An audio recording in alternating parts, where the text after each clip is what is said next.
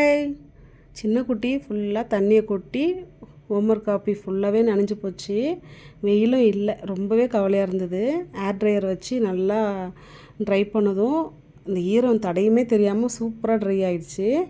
குழந்தைங்க 4 நாளாகவே பாயசம் கேட்டுட்டு இருந்தாங்க. சரி, இன்றைக்கி மழையாக வந்ததுனால திக்காக பாயசம் ரெடி பண்ணியிருந்தேன். என்றைக்கு லஞ்ச் சரியாக எடுத்துக்கலையோ ஈவினிங்கில் கொஞ்சம் ஃபில்லிங்காக ஏதாச்சும் ஒன்று பண்ணுறது. டின்னர் ரெடி பண்ணுற வரைக்கும் குழந்தைங்களுக்கு பசிக்காமல் இருக்கும். மஷ்ரூமில் தான் ஒரு கிரேவி பண்ண போகிறேன் நைட் டின்னருக்கு. கொஞ்சம் ஏர்லியாக பண்ணால் டேஸ்ட்டாக இருக்கும்.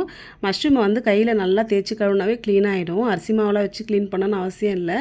பொடியாக நறுக்கி ஃபஸ்ட்டு ஃப்ரை பண்ணி எடுத்துக்கிட்டேன். தாளிப்புக்கு கொஞ்சமாக வாசத்துக்கான மசாலாலாம் ஆட் பண்ணிவிட்டு பூண்டு, பச்சை மிளகா, இஞ்சி பொடியாக நறுக்கி சேர்த்துருக்கேன். தக்காளி வெங்காயம் நல்லா வதக்குனதுக்கப்புறம் நம்ம காரத்துக்கு என்னென்ன மசாலா வேணுமோ ஆட் பண்ணிக்கலாம். நான் நைட்டில் சாப்பிட்றதுனால கொஞ்சம் மைல்டாக தான் ஆட் பண்ணியிருக்கேன். தண்ணி சேர்க்காமல் நம்ம தோசை மேலே கூட ஸ்ப்ரெட் பண்ணி சாப்பிட்லாம். கொஞ்சமாக நான் தண்ணி சேர்த்துருக்கேன். பாய்.